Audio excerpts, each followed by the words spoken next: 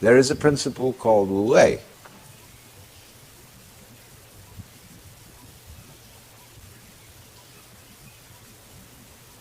And this means,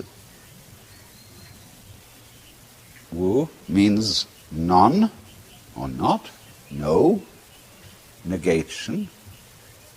Wei has a combination of meanings. It can mean action, making, but the best translation I have found for it is forcing.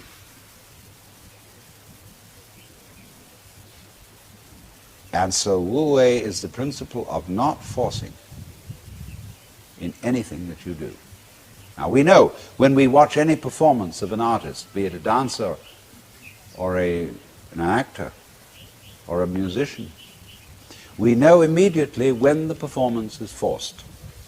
And we say it doesn't ring true, it's too artificial, it doesn't seem to be natural. Many people who study the Taoist doctrines think that Wu Wei means do nothing, in the sense of laissez-faire, be lazy, always be passive. It doesn't mean that. There is a time for action. When you study judo, you use muscle only at the right moment. When your opponent is hopelessly overextended and off balance, and you add a little muscle to it and you throw him across the room. But only then. You never use muscle at the wrong moment.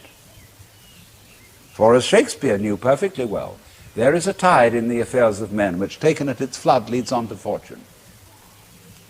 And so Wu Wei is based on knowledge of the tide, the drift of things. Get with it. Wu Wei is the art of sailing rather than the art of rowing. So, if you say now, one of the most famous sayings in the Lao Tzu book is superior virtue has no intention to be virtuous, and thus is virtue. Inferior virtue cannot let go of virtuosity, and thus is not virtue.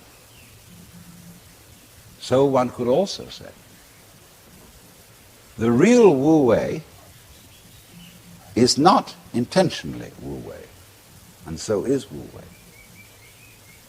But inferior Wu Wei so tries to be Wu Wei that it isn't.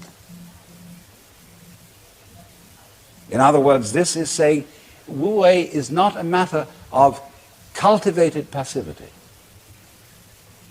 or even of cultivated spontaneity,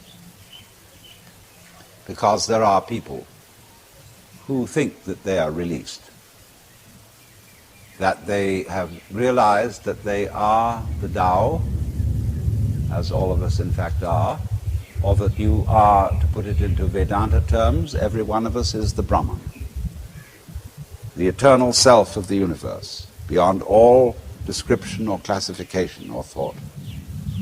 They say, okay, baby, I'm that. Now I'm going to have a ball. Well, what kind of a ball do they have? Well, what they do is they look up the rules on which society runs and do the opposite. Well, that's still running by the rules of society. And it's the mirror image in reverse. That's not spontaneity. You have to be able to realize that you don't know what you really want to do until you are very quiet. And it tells you. So, to quote Jesus, unless you become again as a child, you cannot enter the kingdom of heaven. And if you read the Bible, incidentally, which is a very dangerous book, as I'm going to be demonstrating in Playboy this December, but understand heaven in a very literal sense, space. See, we are in heaven now. because the earth is a spaceship, and heaven is space. What is called in Chinese gung, Japanese gu, the void. That's what is important. That most of us don't know this. Even Shakespeare has one of his characters saying, "Oh, that this all too solid flesh would melt." But do you know you're much more space than you are anything else? If the ponderable, I won't say matter, the ponderable whatever in your bodies were condensed and all put together, it would be smaller than the point of a pin.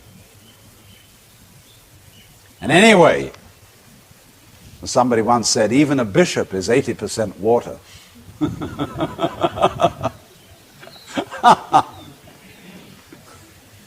We are airy nothings. So space is somehow very, very fundamental.